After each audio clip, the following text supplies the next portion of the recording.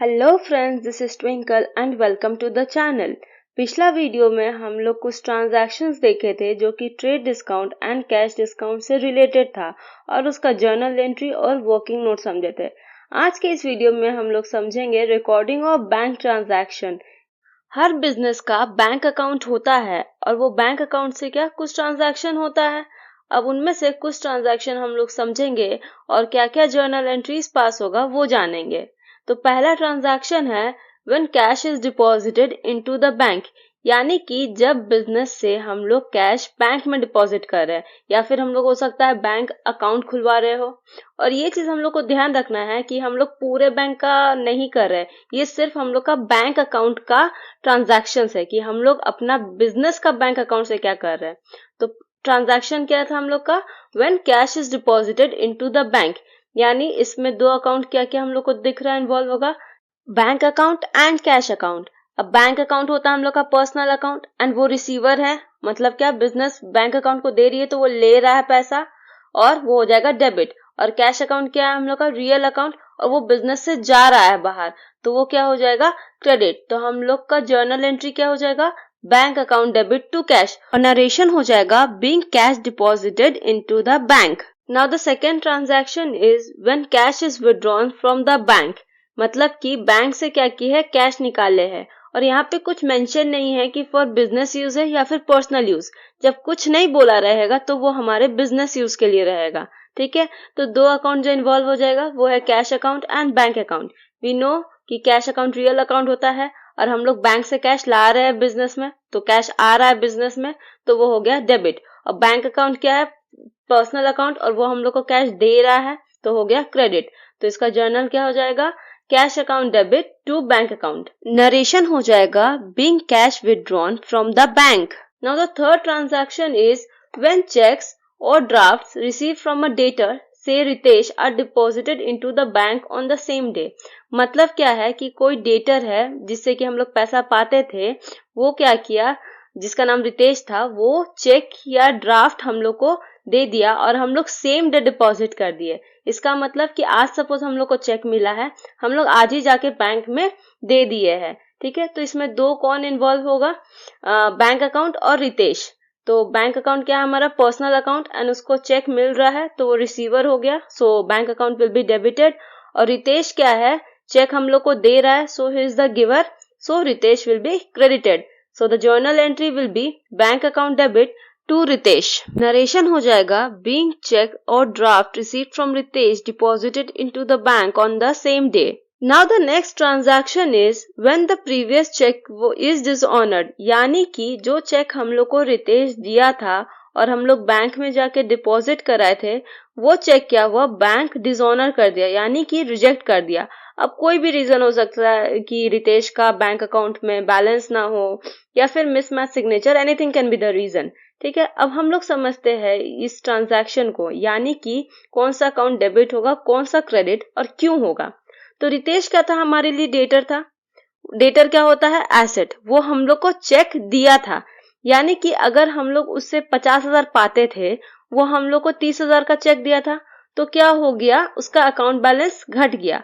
और हम लोग को पता है कि जब भी एसेट डिक्रीज होता है तो वो क्रेडिट होता है।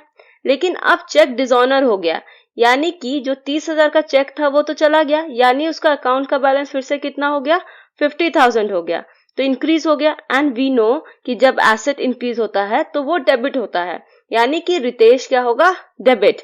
अब हम लोग देखते हैं कि बैंक अकाउंट क्या होगा। बैंक अकाउंट क्या होता है, हम लोग के लिए एसेट होता है। और पिछला एंट्री में हम लोग पास किए थे कि हम लोग को चेक मिला था। ठीक है, तो अब हम लोग को क्या पता था कि बाद में डिसऑनर हो जाएगा, तो उस टाइम के लिए हम लोग क्या किए थे, अपने बुक्स में पास कर दिए कि हम लोग का एसेट बढ़ा है, मतलब कि बैंक का बैलेंस बढ़ा है। तो क्या होता है, जब हम लोग का एसेट बढ़ता है तो क्या होता है, वो डेबिट। बट क्या हुआ, चेक डिसऑनर हो गया। अब चेक डिसऑनर होने की वजह से क्या हुआ, हम लोग का बैंक अकाउंट जो पिछला 30,000 बढ़ा था वो वापस से घट जाएगा। तो घटने की वजह से क्या हो गया, वो क्रेडिट।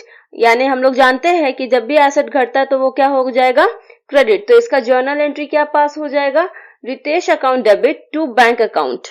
और नरेशन हो जाएगा being cheque received from Ritesh dishonoured. Now the next transaction is when cheque और draft received from a debtor से Divya are not sent to the bank on the same day. यानी कि दिव्या जो है वो हम लोग को चेक या फिर ड्राफ्ट दी है और सेम डे उसको हम लोग बैंक में नहीं भेजे है। तो इसमें कौन कौन सा अकाउंट्स अफेक्ट होगा? पहला होगा कैश अकाउंट, दूसरा होगा दिव्या। तो ये क्या हो रहा है, हम लोग उस चेक को कैश की तरह ट्रीट करेंगे क्योंकि बैंक को उस दिन नहीं मिला है, इसी वजह से। तो कैश अकाउंट हम लोग का क्या होता है? रियल अकाउंट, और वो आ रहा है बिजनेस में तो कम्स इन और ये हो जाएगा डेबिट। और दिव्या क्या होती है? Personal account, she is the giver, so Divya will be credited. तो इसका जर्नल एंट्री क्या हो जाएगा? Cash account debit to Divya being cheque और draft received from Divya not sent to the bank on the same day. Now the next transaction is when check or drafts received from Divya are deposited in the bank। मतलब कि जो हम लोग को check Divya दी थी उसको अब जाके हम लोग बैंक में डिपॉजिट कर रहे हैं। तो पिछले बार हम लोग चेक को क्या ट्रीट किए थे? कैश अकाउंट की तरह ट्रीट किए थे।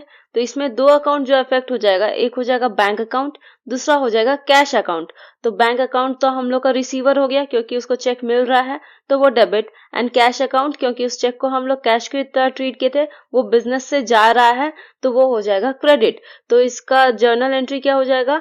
Bank account debit to cash account being cheque और draft receive from Divya deposited in the bank. अब समझते हैं हम लोग नेक्स्ट ट्रांजैक्शन जो कि है when payment is made to a creditor से विकास बाय चेक। यानी बिजनेस क्या किया है? विकास को पे किया है चेक के थ्रू। तो इसमें दो अकाउंट्स कौन कौन सा इन्वॉल्व हो जाएगा? पहला हो जाएगा विकास और दूसरा हो जाएगा बैंक अकाउंट। तो विकास क्या है? उसको चेक मिल रहा है, ही इज द रिसीवर, तो वो हो जाएगा डेबिट। और क्योंकि बैंक अकाउंट से हम लोग का पैसा निकल रहा है, बैंक अकाउंट उसको दे रहा है पैसा, तो वो हो जाएगा क्रेडिट। तो इसका जर्नल एंट्री क्या हो जाएगा? Vikas debit to bank account, और नरेशन हो जाएगा being payment made to Vikas by cheque. Okay, now the next transaction is when expenses are paid through check। Business में बहुत तरीके का एक्सपेंसेस होता है, रेंट हो गया, एडवर्टीजमेंट हो गया, सैलरी हो गया, वेजेस हो गया, कुछ भी, कोई भी एक्सपेंसेस, ठीक है। तो हम लोग का दो अकाउंट क्या क्या इन्वॉल्व हो जाएगा इसमें? एक हो जाएगा एक्सपेंसेस, दूसरा हो जाएगा बैंक अकाउंट। तो एक्सपेंसेस तो हम लोग का नॉमिनल अकाउंट है, एक्सपेंस के अंडर आता है, तो वो हो जाएगा डेबिट। और बैंक अकाउंट हम लोग का क्या है? गिवर है, वो दे रहा है सामने वाले को, तो वो हो जाएगा क्रेडिट। तो इसका जर्नल एंट्री क्या हो जाएगा? Expenses account debit to bank account, और नरेशन हो जाएगा being expenses paid through cheque. Now the next one is when interest is charge by the bank. यानी कि बैंक को इंटरेस्ट चार्ज कर रहा है। तो इसमें दो अकाउंट कौन कौन सा इन्वॉल्व हो जाएगा? Interest account and bank account. तो इंटरेस्ट अकाउंट हम लोग का एक्सपेंसेस है, वो डेबिट हो जाएगा, और बैंक अकाउंट क्या है? उस इंटरेस्ट को पे कर रहा है, ही इज द गिवर, तो क्या हो गया? वो क्रेडिट। तो इसका हम लोग का जर्नल एंट्री क्या हो जाएगा? Interest account debit to bank account being interest charge by the bank, हो जाएगा नरेशन, ठीक है। Now the next transaction is when interest is allowed by the bank. मतलब कि हम लोग कुछ अगर पैसा रखते हैं बैंक में तो क्या होता है? इंटरेस्ट देता है बैंक। तो इसमें दो अकाउंट क्या क्या इन्वॉल्व हो जाएगा? बैंक अकाउंट और इंटरेस्ट अकाउंट। अब बैंक अकाउंट में क्या हो रहा है? पैसा आ रहा है, तो bank account will be debited, और इंटरेस्ट क्या है हमारे लिए? ये वाला इनकम है क्योंकि हम लोग को मिल रहा है, तो ये हो जाएगा क्रेडिट। तो हम लोग का जर्नल एंट्री क्या हो जाएगा? Bank account debit to interest account, और नरेशन हो जाएगा being interest allowed by the bank. And now the next transaction is when bank charges some amount for the services rendered by the bank। यानी कि bank क्या करता है? कुछ charges काटता है, किसके लिए? वो जो सर्विस प्रोवाइड करता है। सपोज एसएमएस चार्जेस हो गया और एटीएम चार्जेस हो गया, ठीक है। तो इसमें दो अकाउंट कौन कौन सा इन्वॉल्व हो जाएगा?